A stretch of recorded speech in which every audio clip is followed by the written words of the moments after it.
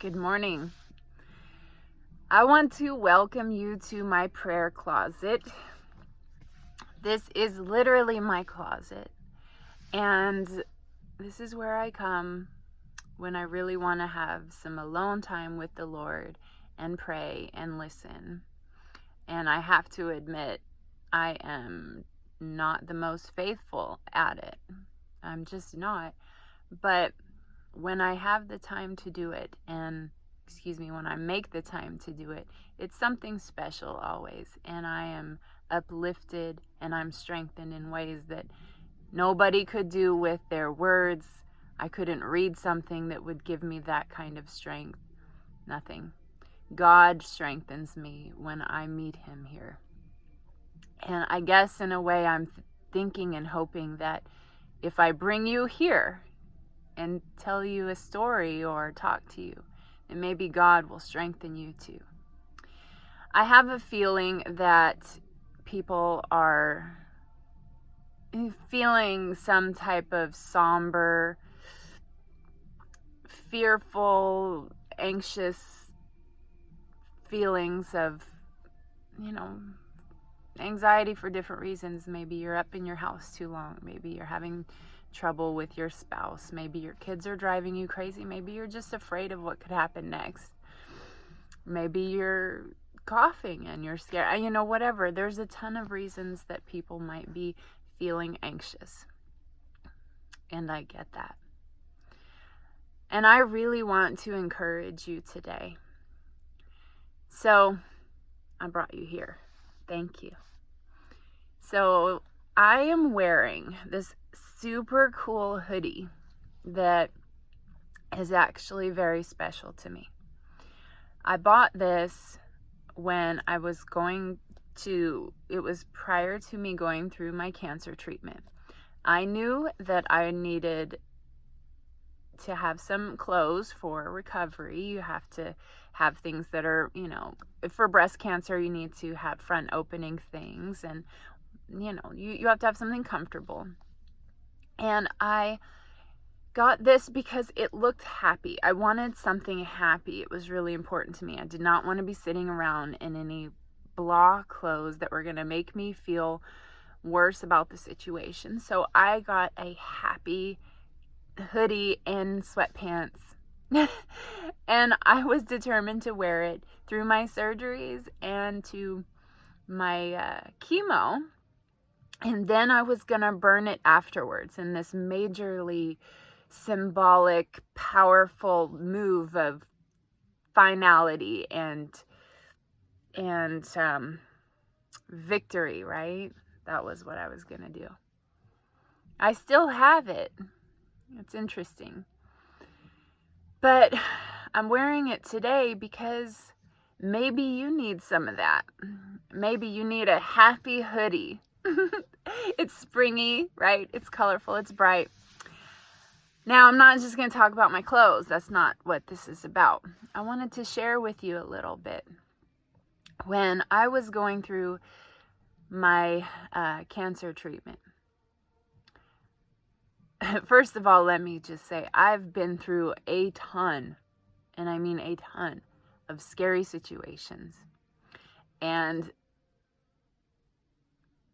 scary nights and painful things. And so it's not like this was this huge moment in my life, but it's a good story, so I'm going to share it. I had to get an MRI, and I have had several of them over the course of my life.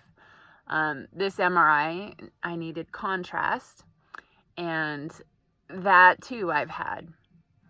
Well, if you've gone through a lot of medical treatments like I have over the years, you start to get a little timid every once in a while because, it's just not fun, right? So I had not had this type of contrast before in the MRI. Contrast is a dye that they inject into your veins so that they can see in the picture. They can, it'll fill up areas and whatever. Like I don't do that for a living, but they needed to see the lymph nodes. And So anyway, she tells me that I'm going to get this contrast. Well, when I realized it was a contrast that I had never had before, I was scared. I don't like putting things in my body. If you know me, I'm not somebody that likes a medication. I don't like things that alter the way that I feel, because I'm a control freak. But anyway, so she tells me I'm going to get this contrast. And so I kind of put up a little issue about it. And she says, well, we can do it without the contrast. Great. That sounds wonderful. And actually, I was reminded of a time that, actually, I'll explain that in a minute. The radiologist calls and says, absolutely not. You have to use the contrast or we can scrap this whole thing. And she either needs the test with the contrast or she can go home. Well, when they told me that really irritated me, because it was like, felt like they were trying to control me. How dare they try to control me? Okay. Well, I was going to leave, in part out of fear and in part because I didn't like that they were trying to tell me what to do. But then I thought that would be really foolish. This is cancer and it's probably a big deal. So I said, fine. And I said, fine, do it.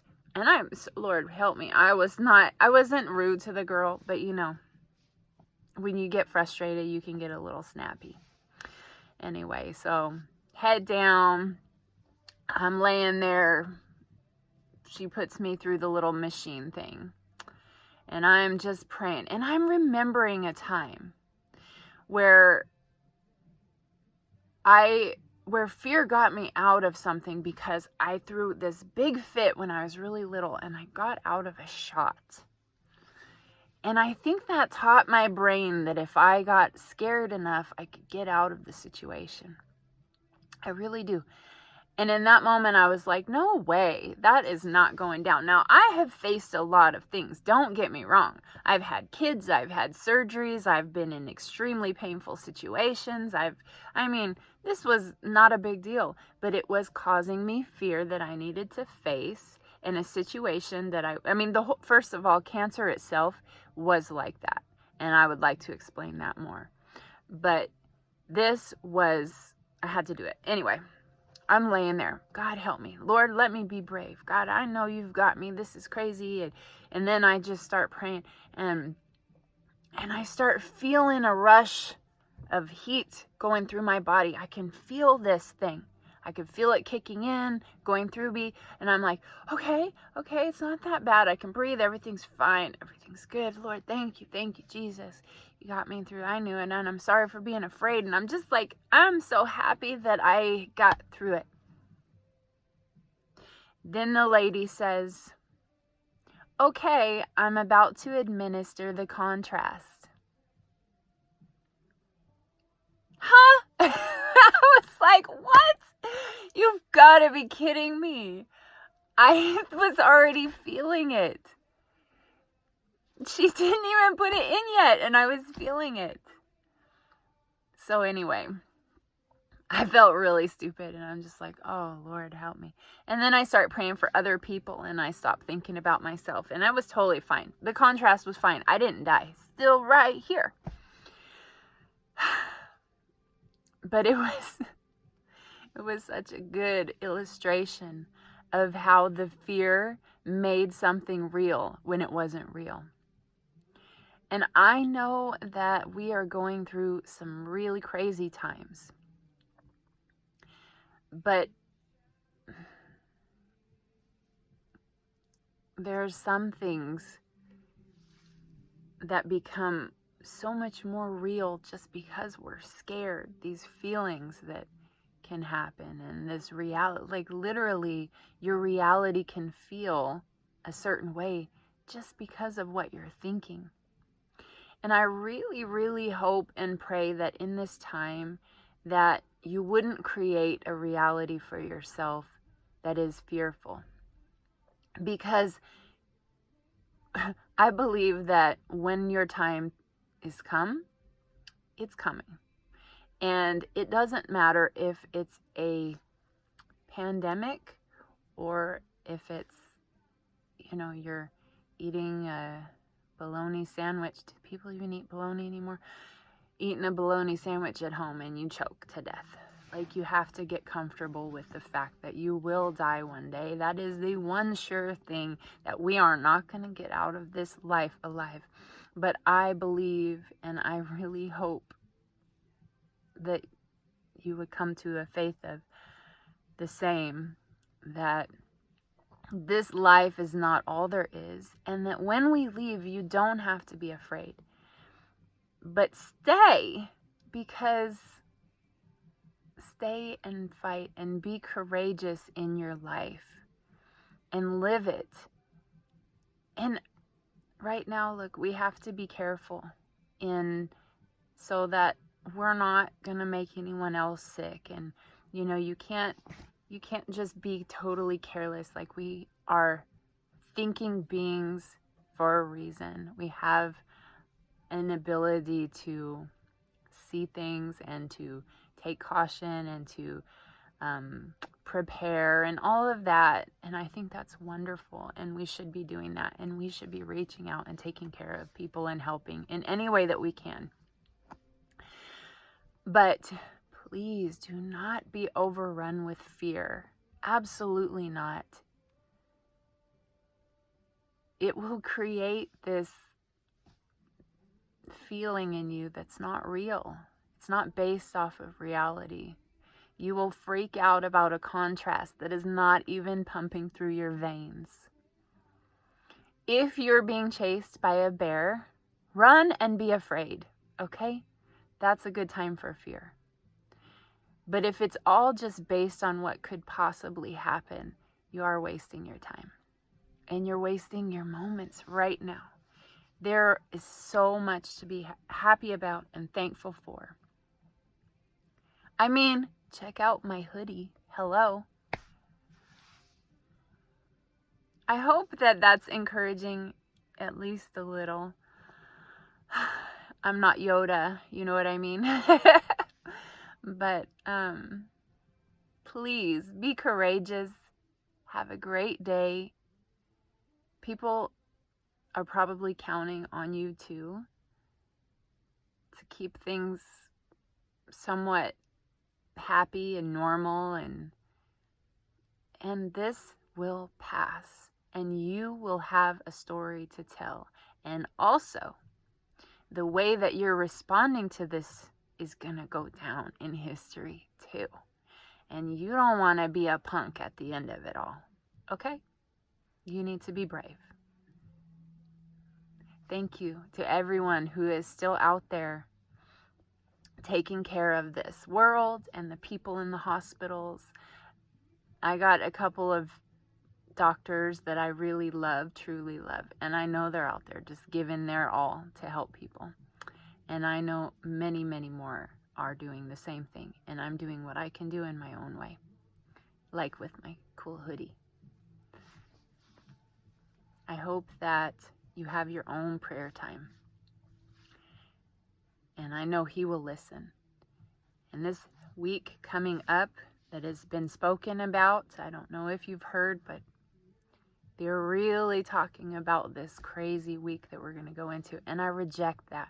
I reject the fear that is coming off of those words. We should not at all let that be our truth. We take care of ourselves, do the safe things, but being afraid and believing that you're about to go into the worst time of your life is faulty at best. I personally just went through it. This whole last year, facing cancer and many other very personal things. I got to come really close to my own mortality, and it freed me. And I've already been pretty comfortable with the fact that I was going to die, trust me. But it really freed me because I couldn't get out of the situation. I had to face it one way or another. And you will be fine. You will come to a balance and a calibration or whatever. And if you are in Jesus Christ, you literally cannot be afraid. Like, don't do it. And if you don't know him, yeah, I'm going to say that. You should call on him. All right, take care. Love you.